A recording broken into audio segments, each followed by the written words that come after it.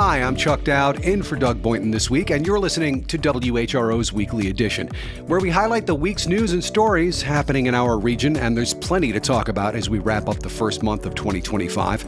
In this week's program, federal workers in Virginia might be in for some relief as the General Assembly considers a bill that would prevent them from losing housing. Also, the Hampton Roads Planning District Commission wants your input for its first climate action plan. And last month, Sentara began using blood storage systems to dispense blood products closer to the people who need them. In other words, blood vending machines. And what that does is that allows the blood products to be closer to the site of care where the patient needs it.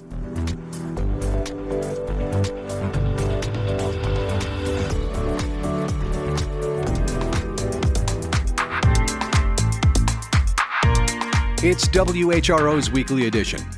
Well, it was on again, it was off again, it was on again, and now the saga is over. Virginia Beach has called off something in the water, and WHRO's Sienna Morales has more about the city's plans for April. Virginia Beach calls off something in the water. WHRO has more about the city's plans for April. The city canceled the music festival after organizers missed a deadline issued by the mayor to meet terms of the contract. City leaders voted in early January to give festival organizers more time to open ticket sales and release an artist lineup. But with time running out before the festival's planned dates in April, Mayor Bobby Dyer said last week he would enforce a 5-day grace period outlined in the contract.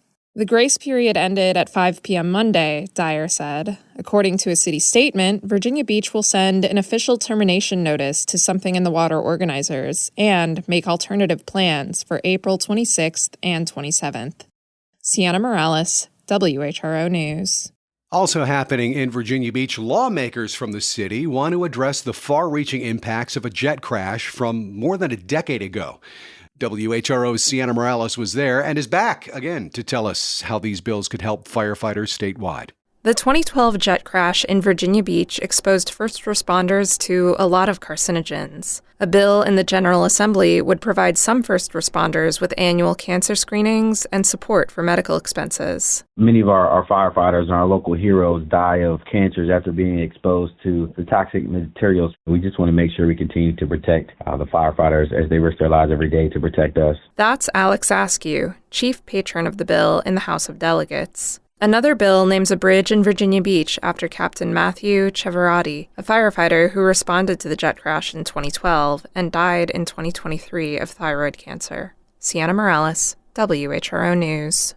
And now moving on over to Surrey County, where residents are pushing back against a proposal that wants to include draining a beloved local pond.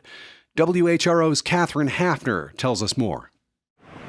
Sunken Meadow Pond was created more than a century ago when a dam cut off flow from local streams to the James River. The peaceful body of water stretches more than 100 acres and is home to species like swans and blue herons. The global nonprofit Nature Conservancy plans to buy and conserve the property and remove the dam. Here's project lead Karen Johnson. Restoring and reestablishing that connection with the James is the priority to let that system return to a natural, ecologically functioning system. But locals say the pond is already a valuable ecosystem for residents and animals. Brian Hamill lives across the street. What you see here is beautiful. We got the birds and everything else. What they're going to do is drain this. What this is here is gone.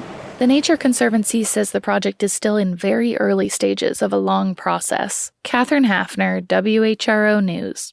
A rough week in news for federal employees, but there's some potential good news for federal employees and contractors. A bill under consideration at the General Assembly would prevent them from losing their housing if the government shuts down.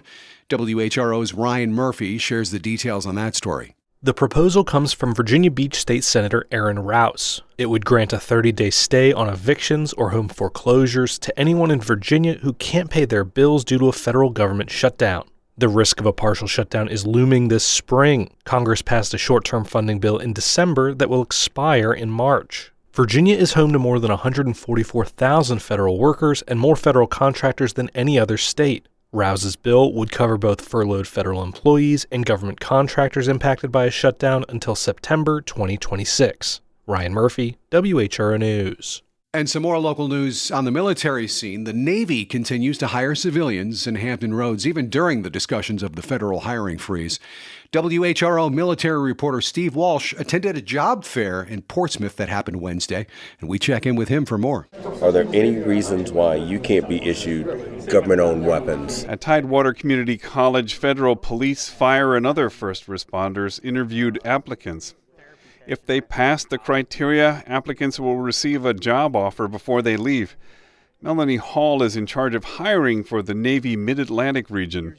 She has heard about the freeze on federal hiring. It's not impacting us. We haven't had any implementation guidance, and so we don't know what's going to be going forward. We are continuing on with the direction as we've been given. In an executive order, the Trump administration declared a 90-day freeze on federal hiring. Since the order took effect, the Defense Department has said it will continue to hire civilians. Other agencies have rescinded hiring offers as they await further guidance. Steve Walsh, WHRO News.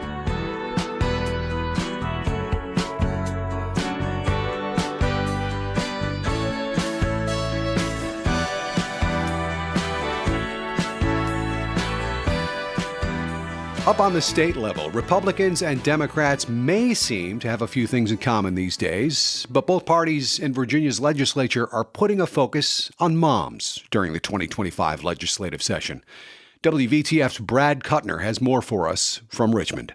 Every couple of hours, you got to pump. That's Arlington Democratic Delegate Adele McClure after she shared a photo of her pumping milk for her newborn on the House chamber floor. I have to make sure that I'm both showing up as a delegate who represents 80,000 plus folks, and then also showing up as a mother who needs to pump, and then, just not only to nourish my child, but to make sure that I'm not physically ill. McClure isn't the only new mother who had to pump breast milk in Virginia's capital. Isle of Wight County Senator Emily Jordan was the first Republican legislator to give birth during her term. She nursed her newborn in lactation rooms between committee meetings. Just that moment to collect yourself with your baby is here, and it's a great resource to have. The General Assembly's focus on moms comes as Governor Glenn Youngkin, Senate President Louise Lucas, and House Speaker Don Scott all aim to support mothers with new spending and legislation during the 2025 session.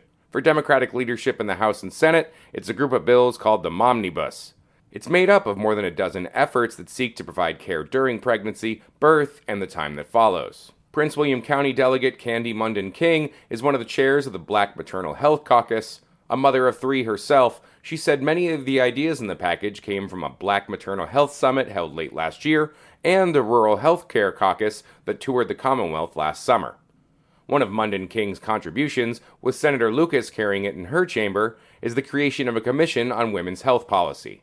She said a lack of research and investment in women's health issues demands the commission's focus year-round. If enacted, they'll develop policies and recommendations on a wide variety of issues, from menopause to cancer and issues with younger girls. Moms of all generations. Another effort, patroned by Virginia Beach Delegate Michael Fagans, would create a pilot program for rural health units. Women, especially those with high-risk pregnancies, are sometimes 50, 60 minutes away from a hospital, and that can be the difference between life and death. Governor Glenn Youngkin has his own set of mommy priorities. One bill aims to increase the number of midwives by allowing those licensed out of state to more easily obtain licensure in Virginia. On the budget side, he's asking for $4 million to improve maternal health by expanding perinatal health hubs and money to provide additional psychiatric and OBGYN graduate medical residencies to build up the state's maternal health workforce.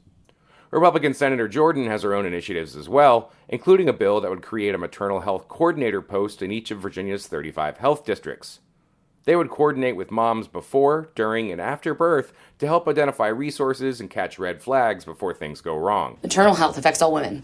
The older women are, the higher risks they may have in health because of their family backgrounds or their medical histories.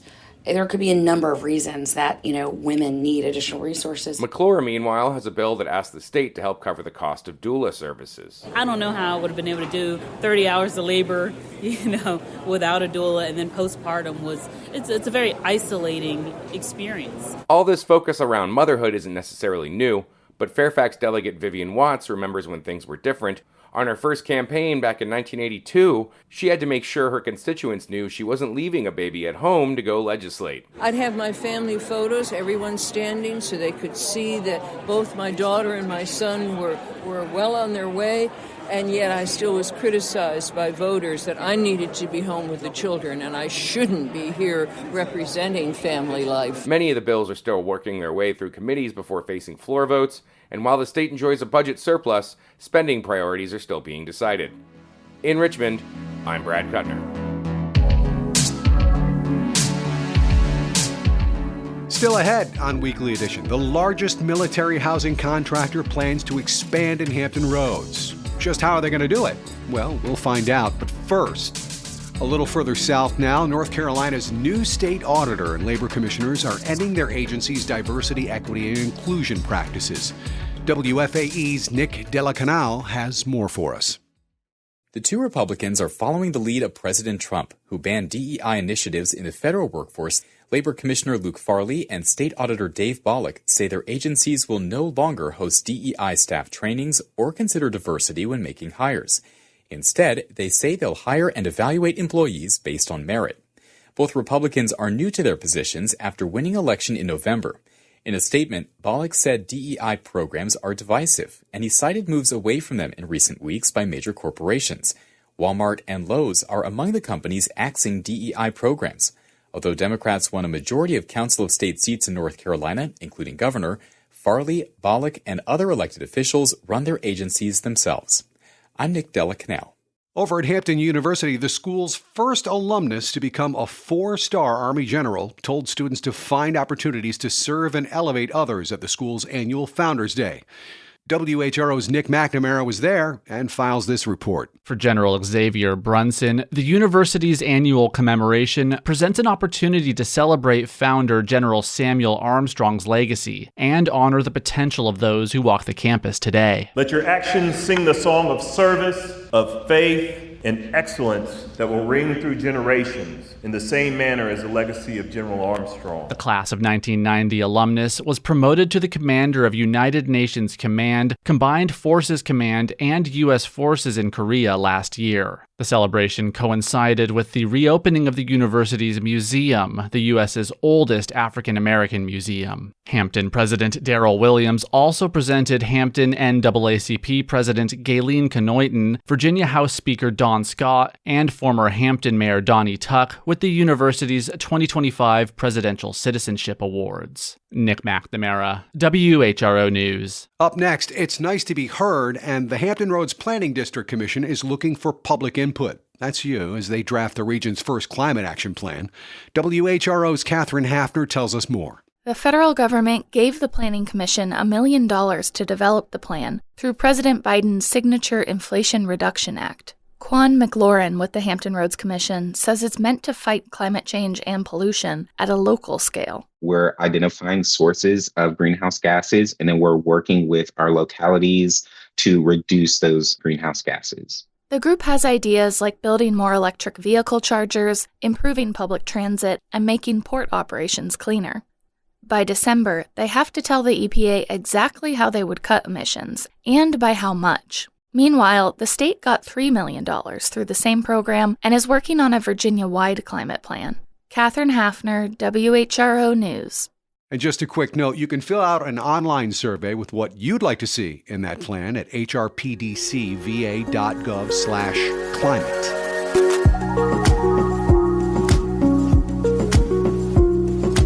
This is WHRO's Weekly Edition. Remember, for any stories you've missed, you can visit us on the WHRO smartphone app or all social media platforms.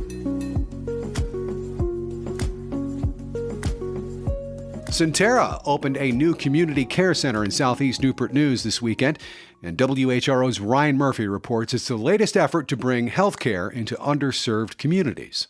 Flora Bailey has struggled with chronic illness. I've been trying to find a clinic or a doctor's office for a long time. Several doctor's offices and multiple pharmacies served Bailey's community decades ago. Those businesses in Southeast Newport News are all closed now, but doctors are seeing patients again at Sentara's new community care center. The health system wants to improve healthcare access in underserved communities. Staffed with doctors, nurses, physical therapists, and even a food pantry from the Peninsula Food Bank, it's a welcome sight for longtime residents like Bailey. I made me an appointment already. I'm ready. The facility is Sentara's 6th community care center, and it's first on the peninsula.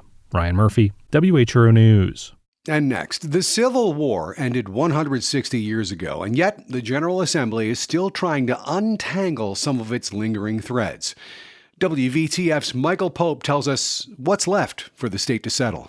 The United Daughters of the Confederacy does not pay recordation taxes in Virginia, an exemption that has come under fire in recent years. Last year, Delegate Alex Askew of Virginia Beach had a bill that would eliminate that exemption, and the governor vetoed it. I was deeply disappointed when he decided to veto this legislation last year. A tax exemption is a privilege and not a right. To block this legislation is a choice. One that says support for these organizations is more important than the burden they cause taxpayers. Now he's trying again, although the governor seems poised to veto it again this year. Senator Lamont Bagby of Henrico County says maybe opponents of the tax break will have better luck next year with a new governor. In fact, he says next year might even be an ideal time to remove the 3 Confederate statues currently in Capitol Square. It's my hope that we do it next year. And it's also my hope that we have a governor that's willing to work with us on a lot of this stuff as we upgrade the lawn. Upgrading the lawn, he says, would require not just moving the 3 Confederate statues in Capitol Square, but replacing them with new statues. For now, he says they're considering which individuals might take their place. Reporting from the statue of Stonewall Jackson in Capitol Square, I'm Michael Pope.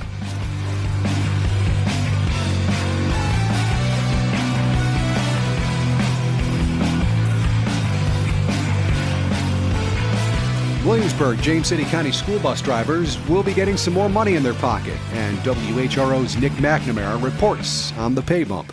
The Williamsburg James City County School Board this week voted to increase bus driver pay by $3 per hour. The increase will bring WJCC out of last place in bus driver pay compared to neighboring divisions to second place and on par with Newport News. The district will still trail Hampton. WJCC administration hopes the higher pay will help increase bus driver ranks as divisions around the Commonwealth cope with driver shortages. WJCC reported it had 37 driver vacancies earlier in January. Nick McNamara, WHRO News. And next, the largest military housing contractor is taking steps to expand in Hampton Roads. WHRO's military reporter Steve Walsh says this is all part of the Navy's effort to privatize barracks housing.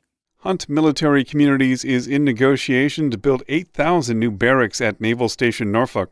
CEO Brian Stan says the Navy wants to have more options for sailors living on ships. The Navy really looked at it and did not feel that that was the quality of life they wanted long term for their sailors, and that was in line with them being able to have the best naval fighting force that they can have.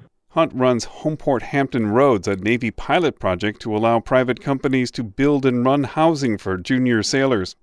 Stan says the company recently bought out the group that ran Homeport for them, expecting the market to grow. Steve Walsh, WHRO News. In commemoration for the 250th anniversary of the U.S. Army, Navy, and Marine Corps, the Virginia International Tattoo brings music, dance, and celebration to the Scope Arena starting April 24th. It's an annual tradition, and Kate Nowak reports for WHRO. Featuring more than 800 civilian and military performers from 7 nations, the Virginia International Tattoo gears up for its 28th year in Norfolk. The tattoo, as a tradition, spans back hundreds of years. For the 250th anniversary, this year's performance will include several new elements, like hosting a Japanese military band and the first of a 2-part series focusing on the years leading up to the signing of the Declaration of Independence. Here's Scott Jackson, the tattoo's director. The heartbeat of the 2025 tattoo will be our incredible performers, our international cast numbering more than 800. We'll do it with our friends, and we'll also do it as only the tattoo can. Tickets sell out each year. They are available now on vafest.org. Kate Nowak, WHRO News. And just a quick note of transparency, WHRO's CEO Bert Schmidt and Vice President of News Maurice Jones are members of the Virginia Arts Festival Board. However, Schmidt and Jones are not involved with the editorial decisions.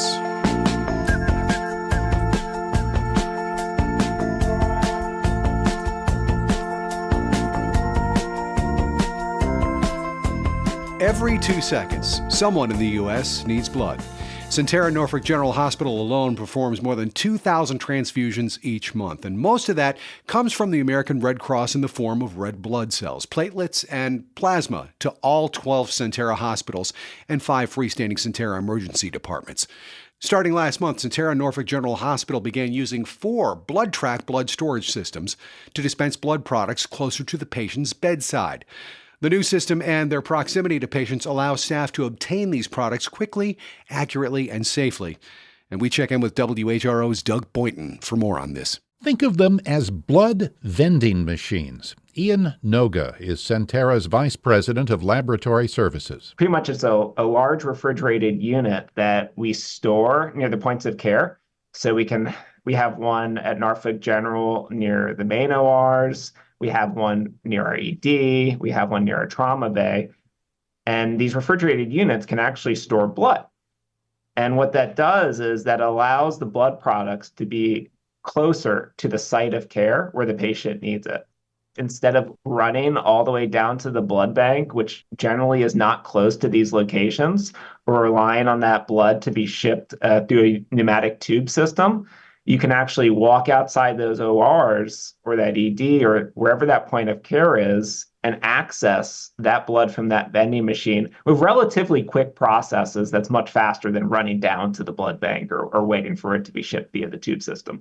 So this is the first of many of these machines? There are 4 BloodTrack vending machines within Norfolk General, but we do hope to expand to other Sentara hospitals at a later point. This is really just a pilot at Norfolk General to see how well they work, and we're already seeing, the benefits: faster access to blood, less wastage, really essential technology that we've implemented. So Sentara Laboratory Services, we actually service 12 hospitals and 5 freestanding emergency departments across Virginia and North Carolina. So we have blood usage at all of those locations.